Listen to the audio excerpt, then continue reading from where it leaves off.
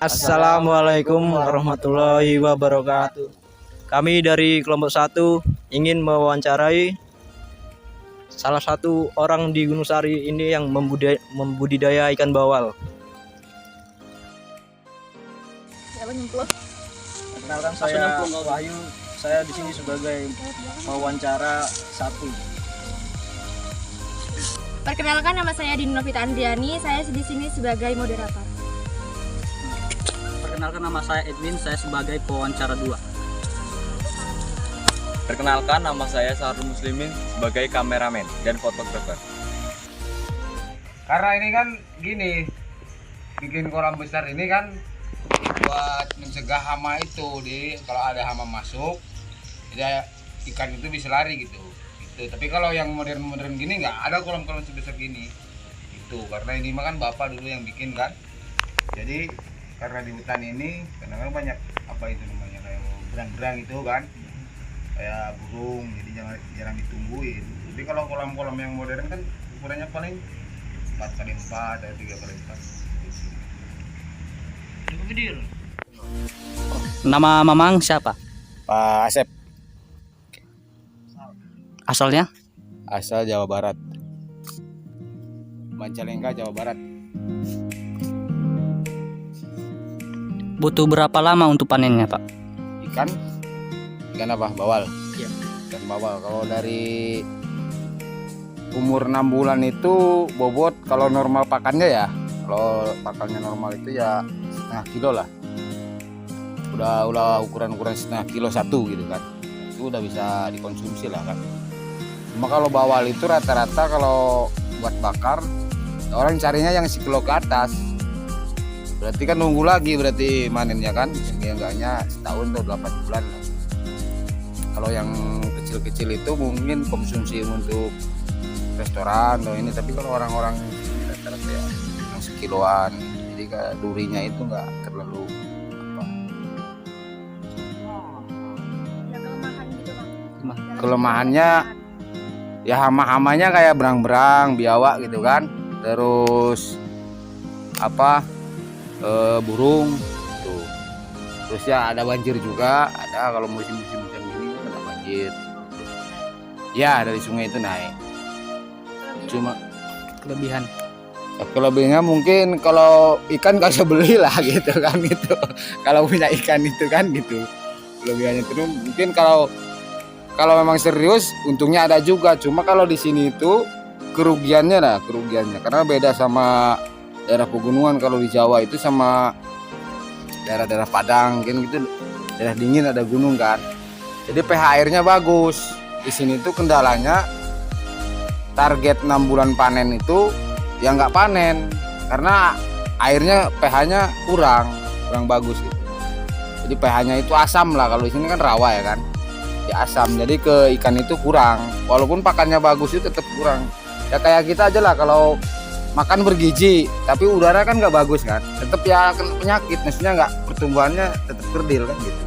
Sama di sini pun kendalanya itu harus diolahnya, itu harus kasih pupuk dulu, dikasih apa kapur apa kolamnya kan sebelum disemai itu. Nah, di situ jadi membantu naikkan pH lah. Jadi biaya lagi sebenarnya kalau di sini itu. Makanya kalau harganya ikan itu nggak ya nggak sesuai, kalau nggak mahal. Terus kalau bibitnya kan bagus memang. Kira-kira harganya tuh berapa? Kalau bibit kemarin itu bawal itu ya sebesar biji labu itu, biji apa namanya?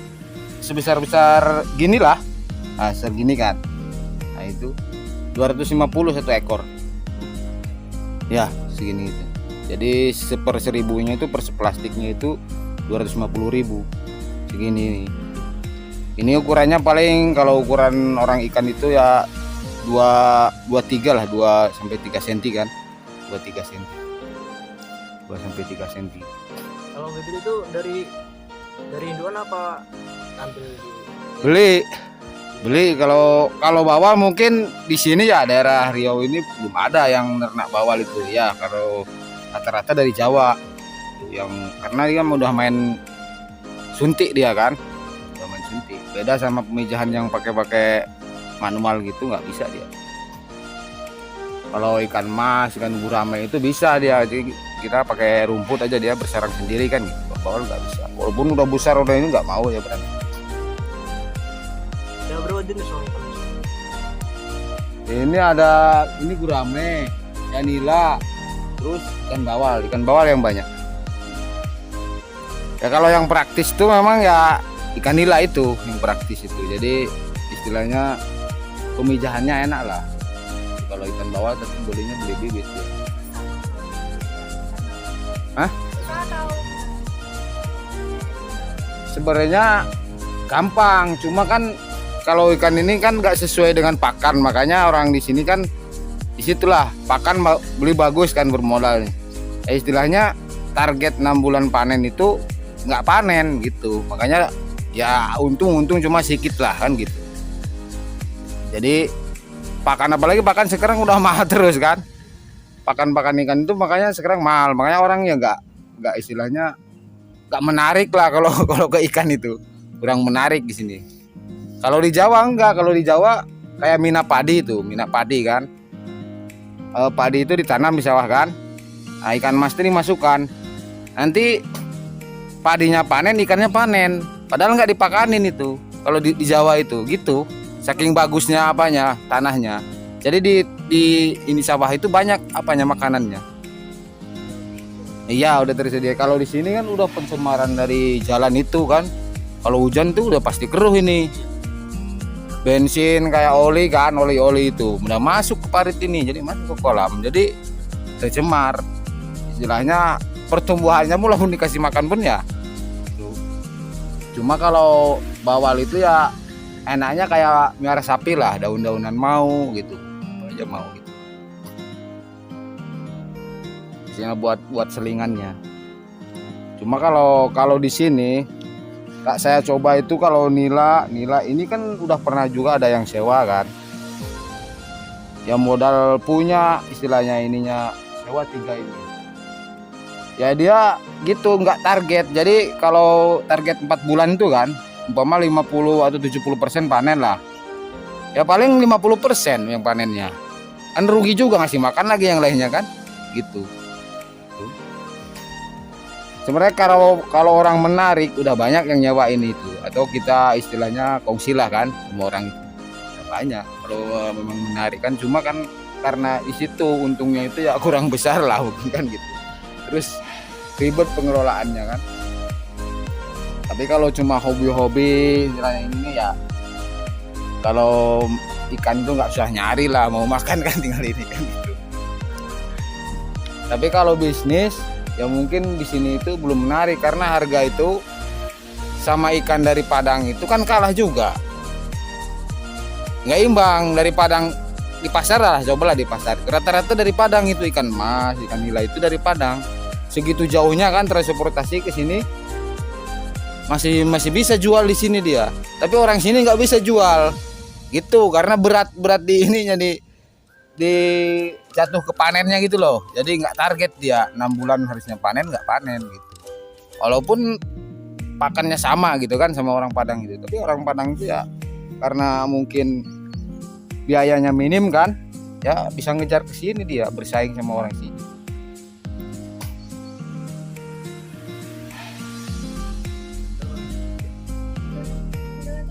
Cuma kalau pengalaman saya di sini itu bukan 1-2 yang bikin kolam itu kan, bukan 1-2, banyak yang udah pakai biaya di sini kayak yang sewa itu tetap nggak berhasil karena nggak sesuai target itu. Terus pakan mahal gitu kan, targetnya nggak kecapai, jadi tetap rugi dia. Udah berapa Ya, ada lah, bukan rugi, ada lah. Kalau rugi mungkin enggak lah kan, kalau ikan. Cuma kan ya kalau hitung waktu, hitung ini kan beda. Kalau sama di sini kan sawit kan enak mungkin kan, mending sawit kan gitu ya, atau usaha lain lah gitu. Lebih sebenarnya modal itu di pakan yang paling besar itu. Kalau bibit kan umpama 1.000 kan cuma, apalagi nilai itu murah, sama lah 250 kan, jadi 1.250 berarti beli 4.000 itu 1 juta ya kan. Pakan itu hampir 20 juta, 30 juta sampai panen itu. Itu pakannya yang besar itu. Kalau Wow. tempat misalnya sewa kan, Iya. sewa yang sewa aja kadang dulu 2 juta itu setahun. Bisa dia kalau 6 bulan 2 kali panen kan. Tuh. Nah, 1 kali panen 1 juta kan. Cuma tetap dia nggak masuk karena pakannya itu nggak ini itu. Permasalahannya di pakan itu. Permasalahannya tetap di pakan karena pakan itu terlalu mahal, makanya di sini itu banyak yang cari alternatif lain, umpama pakan-pakan tambahan kan, atau campuran-campuran itu, beli ikan teri, beli kepala ikan teri kan, beli dedak. Cuma ya dedaknya nggak ada juga, mahal juga kan. Kepala ikan teri juga kadang ada kadang nggak kan gitu. Beli ampas tahu ya kadang ada kadang nggak ada juga. Itu Jadi tetap susah juga, belum ada solusi untuk pakan yang alternatif. nggak ada. Belum ada sampai sekarang. Nggak ada. Ya kalau ada mungkin saya pun udah mau bikin. Kalau cuma bahan-bahannya itu susah juga tetap. Beli kan ke pasar itu Kamis, dapatlah 10 kilo. Itu pun tiap hari Kamis, seminggu sekali kan. Terus kalau kebutuhan umumnya seminggu 2 kali. Nyarinya kemana lagi? Di pasar pun belum tentu ada terus. Gitu. Terus kayak ampas tahu itu berebut sama orang. Kita mau naruh duit, umpama kan lebih mahal kan? Tetap juga malah rugi juga ya kan. Itu pun kadang yang tukang tahu itu ada kadang-kadang kadang enggak juga kan gitu. Dedak kayak dedak itu di sini dedak itu ya udah 5.000 juga 1 kilo kan. Dedak Dedek loh. pakan Ayam. apanya itu loh, gilingan padi itu ada dedaknya itu kan, ada sekamnya ya kan, kulit padi ada dedaknya itu yang halus itu. Nah itu kalau kayak itu kan pakai pakan ayam, bisa dicampur pakai pakan ikan itu. Semua ikan? Iya semua ikan. Ikan bisa itu. Cuma kan dicampur lagi. Kalau proteinnya kan dari kepala teri tuh. Kepala teri itu. Kalau beli terinya kan nggak mungkin, mahal kan. Jadi beli kepala terinya sampah-sampahnya itu kan. Ya.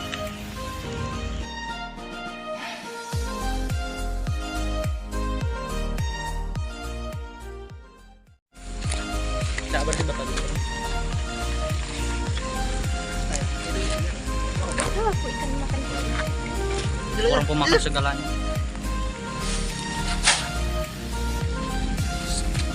Jangan gitu ya mau ya Pak? Iya kayak sapi kalau ini. Itu dulu tuh 10.000 ini. Ini udah berapa lama kan? Oh lama ini. Karena ini kan tinggal sisa-sisanya yang apa ini? Kalau orang kecetet lah kalau orangnya. Iya. Kalau yang gede-gedenya kan udah kena orang pancing, udah dijualin. Ini tinggal yang kalah-kalah makan ya lah. Sisa-sisanya kan. Just